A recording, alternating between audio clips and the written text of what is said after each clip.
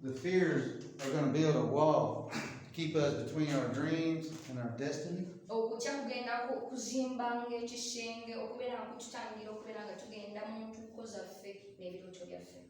Our destiny is what the will of God has for us.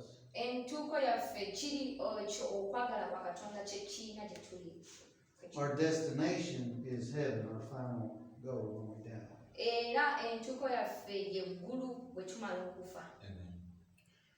So fear can change the way you make your decisions, especially in the area of giving money.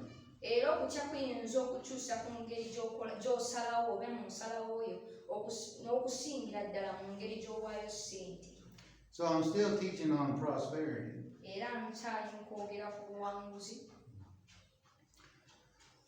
So overcoming fears is our way to move forward in prosperity, because fear is going to come against us.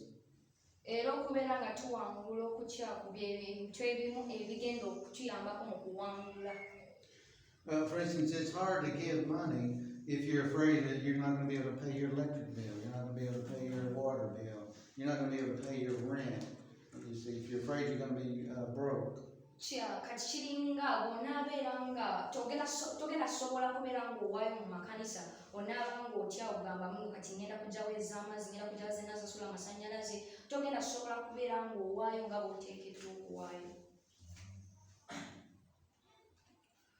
So the way, and I did this through a worldly article by a psychologist. Some of the information I got from a psychologist article, not a Christian psychologist, but a regular psychologist.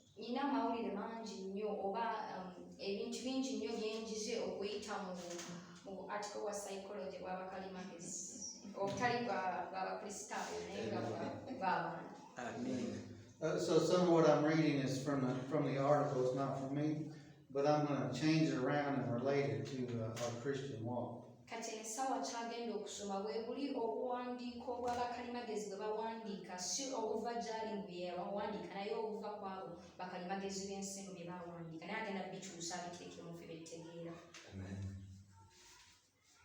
So, and acknowledging what fears are holding us back, solution will make these fears disappear. So the most limiting fears are the ones that we do not recognize. And when we can't see them, we can do little about them. So here we have two types of fear, the physical and the emotional.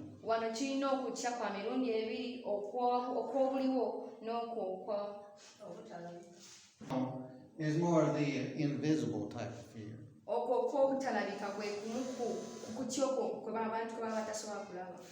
And the physical fear is more of the form of a phobia. For instance, claustrophobia, which is the fear of enclosed spaces. Yes. Fear can be a good thing. For instance, when it was used for our survival, it was used to save our lives, for instance, from a lion or tiger. But fear can be your enemy when it is out of control and it holds us back from success. A powerful tool for our enemy, the devil. So I'm going to define phobia.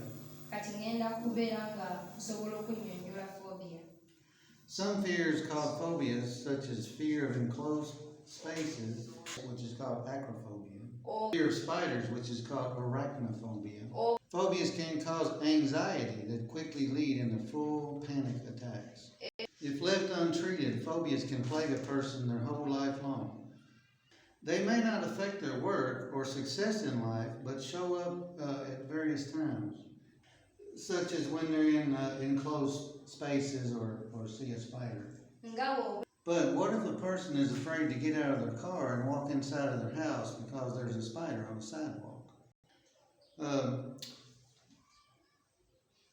One example that I've came across is in the Bible, women are extremely afraid of snakes to the point of being paralyzed. And so in Genesis 3:14, The Lord said to the serpent, "Because you have done this, you are cursed more than all animals, domestic and wild. You will crawl on your belly in the dust as long as you live, and I will cause hostility between you and the woman, and between your offspring and her offspring." So that's why one reason that women are always afraid of snakes. So the fears I want to talk about now are emotional fears. Emotional fears can cause us to be disappointed in ourselves. Kutya kuno kwayogerako ebintu ebitalabika tuleetera okubeera nga tetwekkiririzaamu nga n'ebintu bye tukoze oba ebintu bye tuba tukoze nga tulaba mbu tebiyitamu. And can cause us to forfeit our dreams. In other words, it can cause us to give up. Era kitegeeza mu kiyinza okutuleetera okubeera nga tuggwaamu amaanyi ne tutasigala mu birooto byaffe tutakola bitunakola. So we may be managing simple fears showing up like mild anxiety or worry. Era tuyinza okuba nga eno essaawa tukyali mu kutya kuno okutinya okwebuntu n'obutini. These are the things we can manage when they show up. Kuno okutya okutini tusobola okugonjoola kubanga kusobodde okulabika. But emotional fears can build up walls and hold us back. Naye ate kuno okutya okutalabika kuyinza okuzimba ebizimbe oba ne kuzimba ebisenge ate ne kutulemesa okubeera nga tulina okugenda gye tulina okugenda. So let's dive into this. When you have a fear, let's say a fear of failure. Kati bw'oba ng'otya katugeze ng'okutya okulemererwa. There's no spider to squash. Tewaliwo nabbubi gy'ogamba muno gy'ogenda kubetenta. So failure is a concept, a belief. Kati okulemererwa kintu ekiva kubeera nga tokkiriza. Something that you learned or took on from your past experiences. Ekintu ky'oyiga okuyita mu byayita bye eby'emabega. Or maybe it was something that your parents were afraid of, so you're afraid of. Oba nga kye kintu abazadde bo tebaali beeraliikirira kati naawe nga kyekyo ky'otya. So when you say I'm afraid to fail, there's no thing like spiders or thunderstorms that can get rid of that fear. Kati bw'ogamba muno otya okulemererwa kiba kitegeeza muno tewaliwo nabbubi gy'ogamba muno gy'ogenda kukuba ate mu gy'otya nedda oba otya kulemererwa okutalabika. At this point, the fear of failure is an emotional fear. Ekintu ekirala kutya okulemererwa kwe kugamba muno kwe kutya okutalabibwa. But there is no one thing that can point to it. Era tewaliyo kintu na kimu ky'osobola gamba ky'osongako.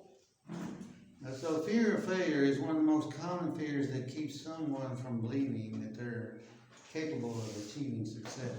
Era okutya okulemererwa bye bimu ku bintu ebisobola okubeera nga bitangira omuntu okubeera nga asobola okukikkirizamu asobola okuwangula obulamu. Some people avoid anything that isn't a guaranteed win, or some people avoid anything that has any kind of risk in it. Era abantu batera nnyo okubeera nga beewala ebintu ebibeera nga birinamu okubeera nga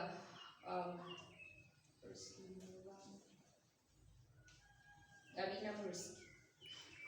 This fear will stop any of your own dreams dead in their tracks. Kuno okutya kugenda kwera kutangira okubeera nga ogenda mu birooto byo gwe byennyini by'oba olina. But once you see what the fear is,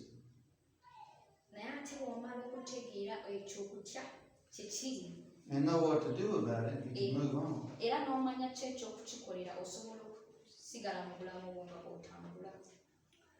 Fear of failure may show up as avoiding.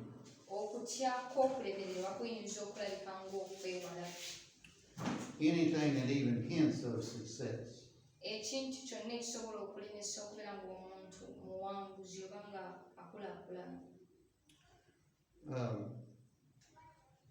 We all process fear differently.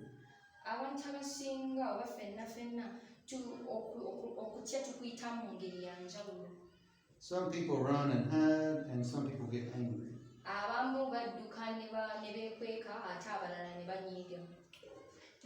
But these fears must be faced and dealt with. naye okutya kuno kulina okubeera nga kulabibwa ate ne kumala ne kugonjoolwa. Otherwise, they will cause us to make decisions that are leading us in the wrong direction.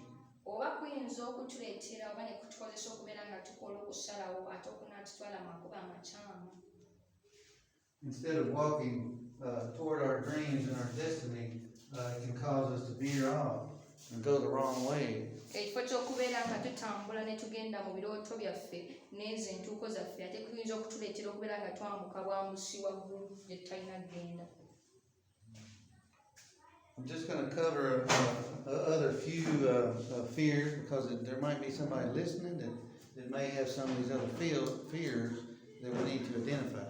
Ngenda kubeera nga njogera n'engeri endala gye tutyamu kubanga wandibaawo omuntu akuyitamu ate nga twetaaga okubeera nga tukumenya wansi. So the next is the fear of rejection. Kati ekiddako kwe kubeera okutya okugaanibwa. Fear of rejection involves being super conscious of what people think about you. Okutya okugwanibwa kisobola okugonjera kireetebwa okubeera nga tomanyi ekyo oyagala nnyo okumanya ku ekyo abantu kye baba bakwogerako oba kye bakulowoozaako.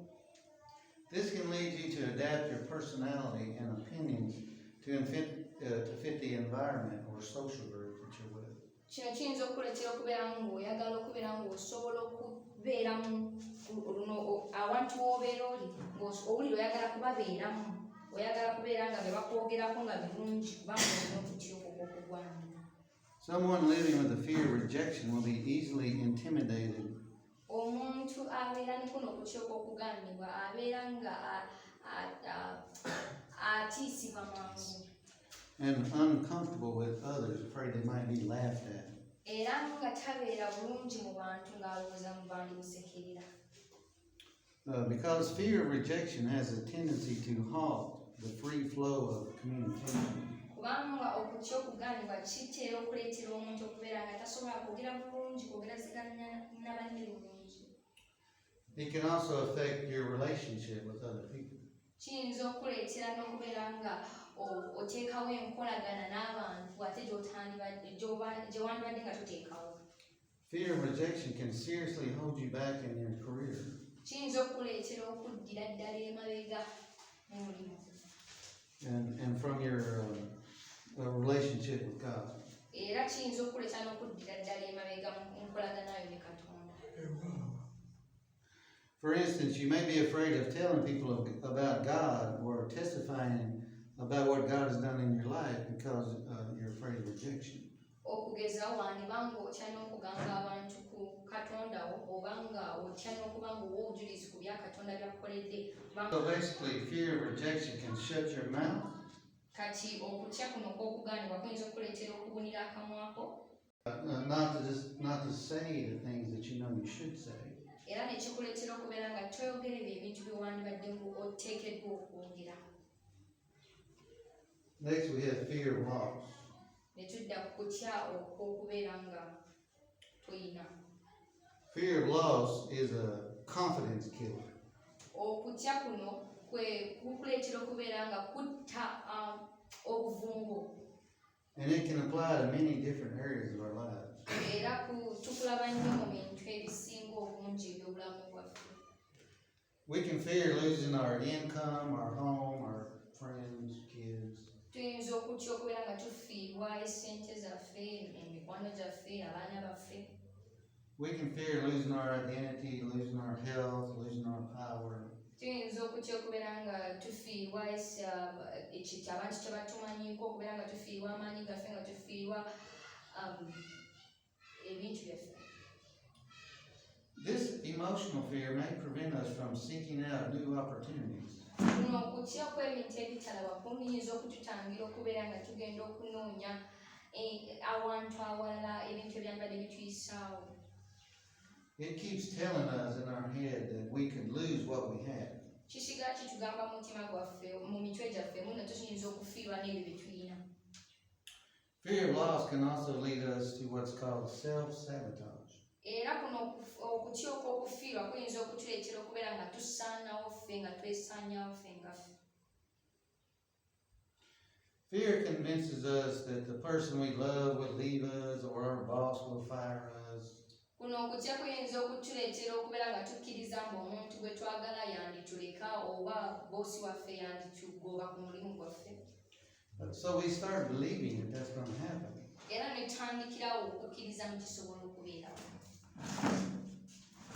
And you know, for instance, we could do something that leads to our own termination because we think we're going to get fired from a job.